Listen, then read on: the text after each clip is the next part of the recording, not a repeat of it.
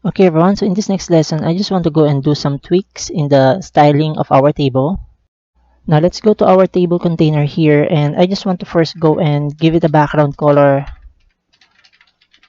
of red, so at least it will be visible on our screen, and a width of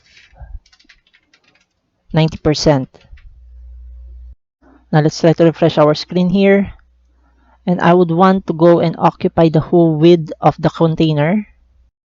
So let's go and do that by adding a width property here, and 100% is the value, and then let's also give a border spacing property of 20 pixels and border radius of 20 pixels. Now let's look at our screen here and refresh it. I just want to go and add some more rows inside of our table here. So let's go back to our code editor. Let's go down to our table section. Now let's go and add some more content here. Naru, the wife of Tiger. Let's also go add another table row with 3 TDs. Let's go and add another storyline here. Lopez, El Cid, the jumping frog. Now let's go refresh our browser here. Now we can see that we have some of the titles here and the names here that doesn't have capitalization. So we can actually use another CSS property to select all of the TDs that we have here. Without us having the need to go and edit that here individually, we can go to our CSS selector here inside of our table and then go and apply the text transform property, capitalize. Now if we go and try to refresh this browser, you would see it capitalize the first words of each of our TDs. I would suggest that you go and try to search for text transform and then try to check out the other values that are available for you to use in the documentation. Now I want to go and increase the size of this and change the background color of each of the TDs here so that we can have some distinguishment between the content and the headers here. Let's also go and add some more padding inside of our table data cells here. So let's see how that will look on our browser. So let me go and add padding 8 pixels. Now if we go and refresh this, we can see that there's more space inside of the table data cells and table headers. Now I want to go and increase the border to 3 pixels and select the TD and change the background color into brown. Now let's see how that will look like on our browser. Now what I want to go and do here next will be to increase the size of the TH inside of the T head element. So let's go and implement that. I want to have a font size of at least 30 pixels inside of our T head. So we were able to go and select and separate the styling for the two TH elements that are inside of the T head element. Let's also apply some text shadow inside of our T head elements. So let's go back to our code editor here and then apply text shadow of 0, 0, 4 pixels and with the value of EB447E. Let's save that and let's see how that will look on our browser. Now let's go specifically select the 2th heading here that we gave a class name and apply some additional styling. So let's go and select the T heading 1 and apply some border of 1 pixel with a ridge style and pitch puff color and then a border width of 5 pixels. Let's go and see how that will look on our browser. So we have tackled the border property before. So if you don't remember how to do this, just go back to the lesson that we had with regards to border properties. Now let's also go and target the two TH elements that are inside of the T body, and I would want to change the background color to blue and text shadow of 004 pixels with RGBA 000 and 0.726. Let's save that. This serves as a review of the previous lessons that we've so far had, and we are now applying it in this project. Now let's go and add some more styling here. I would want to go and add a bit of padding, let's say 20 pixels.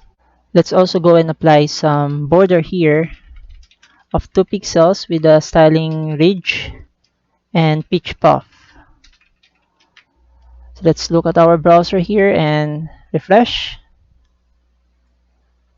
Now let's go and finally remove the background color red here and then change the color of our table of contents header to here to brown. So let's try to go and apply that. So let's go here. Let's comment this out. And let's see what will happen if we directly go and apply the color property inside of the table container. Let's save that. Okay, so the table content has a white text color and the table of contents container has a brown text color similar to the About Me section that we have here. Okay, so now we have our T head, T body, and we have a different styling inside of our T head, and we have a different styling for the TH inside of our T body, and we also have a different styling inside of the table data cells inside of our table body.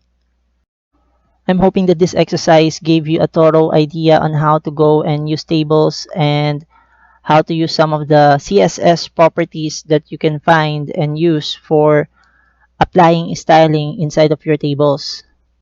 Now for the next coding challenge, I want you to go and open a blank Word document and then open the resume template that we have here and create, and then try to go and try to use what you have learned in transforming the layout here that we have here in Microsoft Word into a website using HTML and a bit of CSS. So this is going to be a good exercise for you, especially if you would want to go and start becoming a front-end developer. If you're wondering what a front-end developer does, let me show you here an article that was written in the www.careerexplorer.com, and it says here that the front-end developer is a web developer that codes the front end of a website. While website is the way a website looks, front-end development is how that design actually gets implemented on the web. So here, front-end developers links together the world of design and technology, packaging up the utility of the back end in an inviting way for users to interact with it with the use of HTML, JavaScript, and CSS code. Here we can see here some responsibilities. And I just want to emphasize this, bringing a concept to life with HTML, CSS, and JavaScript. Because one of the things that you will do as a front-end developer will be a web designer, will be designing a layout from Photoshop, and then you can try to transform that layout from Photoshop into a website. So that will be one of the things that we do as a front-end developer. I would suggest that you go through the article here so that at least you'll have more ideas on what will be your job as a front-end developer. This can be a good starting point from where you start from becoming a front-end developer, moving forward to becoming a back-end developer, to full-stack developer, to DevOps. I hope you got some ideas about the responsibilities of a front-end developer, and that will be a good starting point if ever you would want to go and enter the freelancing industry or you get employed. You can start from being a front-end developer. So now I would want you to go and try to transform this simple design layout from Microsoft Word into an actual website that you can go and publish into the web. You can go and try to apply the things that we have learned so far in this section. Don't worry too much if it will not be totally the same, but what's important here is that you try to go and do it on your own, try to do some of your research if you're having a difficult time in how you would be applying the layout here. So at least you can try to go through the process, the thought process that we usually do if you're already working as a front-end developer from where you would want to transform a PSD file or a Photoshop file into a website. Okay, in the next lesson, I'm going to guide you through on how I did this, so don't worry. It doesn't have to be completely the same. What's important here is you get to experience the process of trying to do things on your own. So good luck and see you on our next lesson.